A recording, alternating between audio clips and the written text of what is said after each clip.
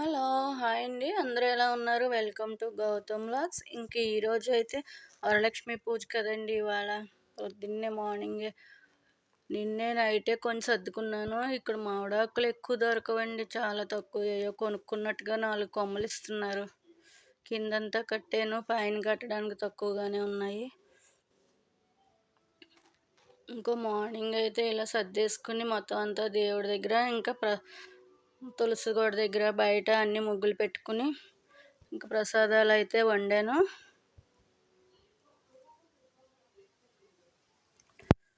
ఒక తామలపాకులో రూపు, ఒక తామలపాకులో వినాయకుడు, ఇంకో తామలపాకులో చేతికి కట్టుకునే తోరం ఇలా వచ్చుకున్నాము. ప్రసాదాలు అయితే ఇది ముందుగా చలివిడి, శనగలు, గారెలు, పొంగలి, పులిహోర, చలివిడి పసుపు, కుంకుమ అక్షింతలు. ఇంకా తులసి కోట దగ్గర కూడా ఇలాగ పసుపు కుంకుమ ముగ్గులు పెట్టుకుని ఇలా పూలు పెట్టి దానం పెట్టుకున్నాము. బయటకు అక్కడే సూర్యుడు కూడా కనపడతారు. ఇంకా అన్ని ప్రసాదాలు అయిపోయాక మా కోడలు అయితే ఫోన్ చూసుకుని ఫోన్లో కథ వింటూ పూజ చేసుకుంది.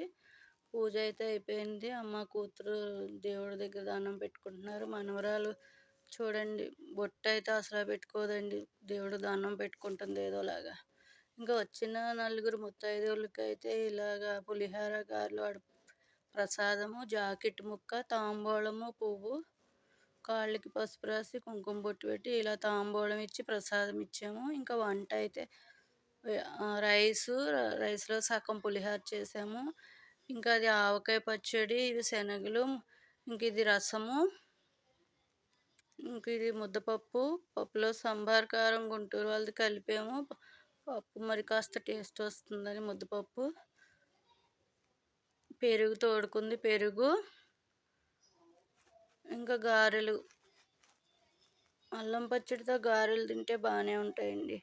ఇంకా ఇది చూడండి మహాలక్ష్మి అమ్మవారి దగ్గరికి స్వయంభూ తెల్లగుడ్ల గూబు వచ్చి ఎలా దర్శించుకుంటుందో.